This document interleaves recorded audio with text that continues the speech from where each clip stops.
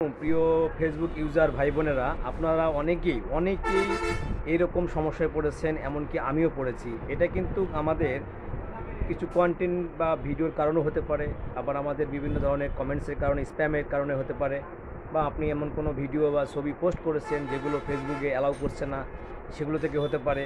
তো এই যে এখানে দেখতে পাচ্ছেন আপনারা ভিউ ডিটেলস, এখানে গেলে আপনারা দেখতে পাবেন সমস্যাটা। এই দেখতে পাচ্ছেন আমার নিজের আইডিতে, এখানে দেখেন পেজ আর সাম ইস্যু, মানে আপনার আইডিতে কোনো সমস্যা আছে, এটা আপনি সলভ করে নিন।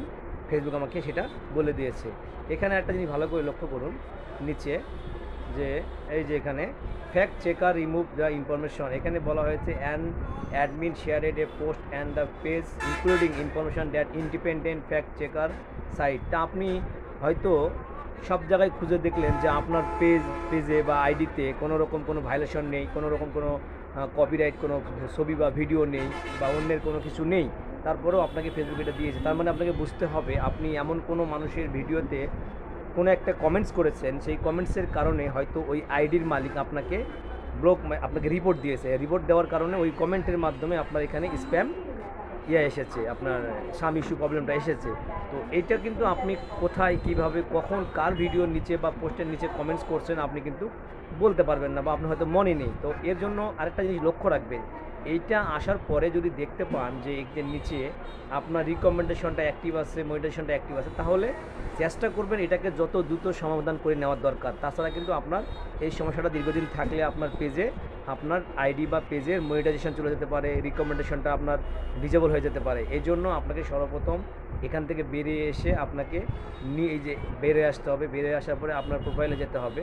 প্রোফাইলে আসার পর নিচে আসবেন। নিচে আসার পরে এই যে এখানে দেখতে পাচ্ছেন, এই যে এখানে দেখতে পাচ্ছেন হেল্পস অ্যান্ড সাপোর্ট, এই যে হেল্প অ্যান্ড সাপোর্টে যাবেন।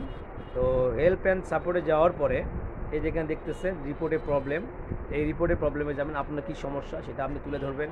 এখানে একটা জিনিস দেখুন ভালো করে, নিচে এখানে ওকে করার দরকার নাই, নিচে কোনো কিছু করার দরকার নাই। এই যে এখানে বলা হয়েছে continue to report A problem, এখানে যাবেন। তো এখানে যাওয়ার পরে আপনাকে একটা নোটিশ বা আপনাকে একটা সাবমিট আপনি নোট সাবমিট করতে হবে, বা আপনি কিছু লেখা চাইলে আপনি এটা নিজের মতো করেও লিখতে পারেন। আপনার যে সমস্যাগুলো আপনি ফিল করতেছেন সেগুলো আপনি সেই সমস্যাগুলো আগে স্ক্রিনশট দিয়ে রাখবেন।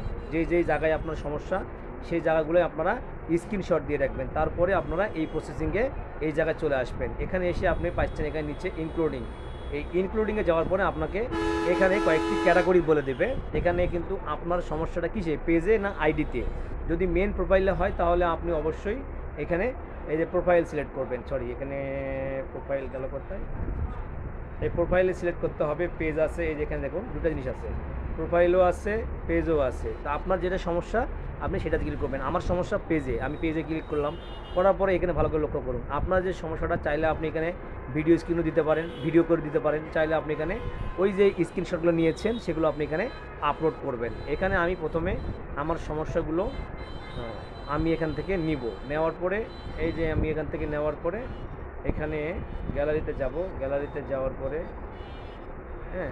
গ্যালারিতে যাওয়ার পরে ফেসবুক আমাকে এই যে এখানে নিচে আবার স্ক্রিনশট দেওয়া আছে, আমি এখান থেকে এগুলো নিয়ে নিব।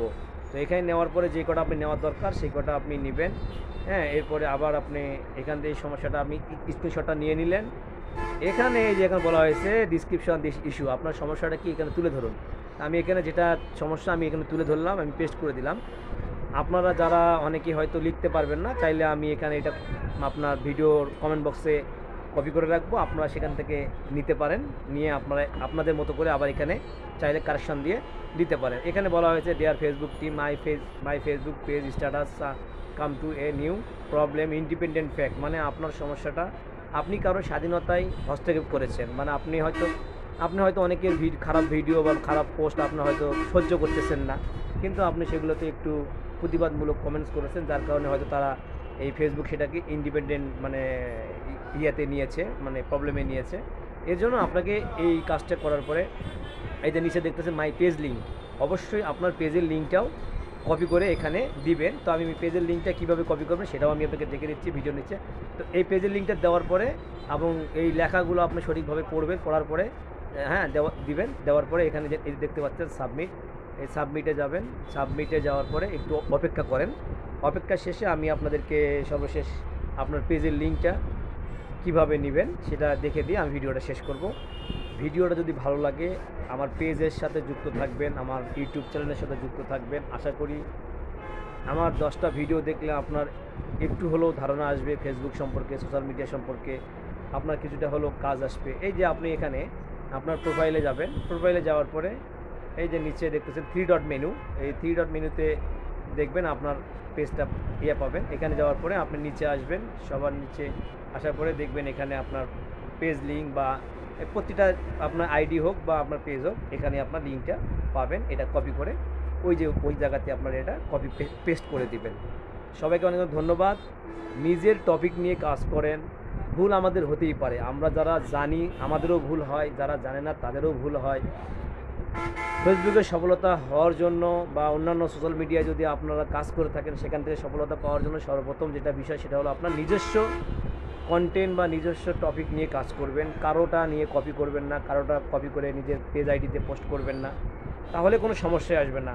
আপনি যদি প্রফেশনাল একজন ফেসবুক ইউজার বা কাজ করার চেষ্টা করে থাকেন, তাহলে খারাপ ভিডিও বা খারাপ কিছু পোস্ট আপনার সামনে আসলে বা রাজনৈতিক কোনো কিছুতে আপনারা তেমন কোনো মন্তব্য করবেন না। করলে সেক্ষেত্রে আপনাদের পেজ আইডিগুলো নষ্ট হয়ে যাবে।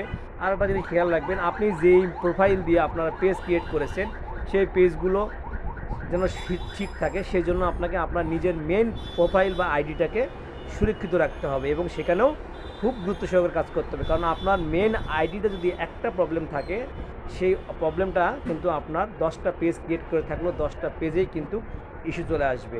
সো আপনারা নিজের কাজ নিয়ে ব্যস্ত থাকেন, কাউকে কমেন্টস করার দরকার নাই। আর কমেন্টস করবেন তাদেরকে যারা আপনার রিলেটেড কাজ করে, সুন্দর কমেন্টস করবেন, গঠনমূলক কমেন্টস করবেন। সবাইকে অনেক ধন্যবাদ। আসসালামু আলাইকুম।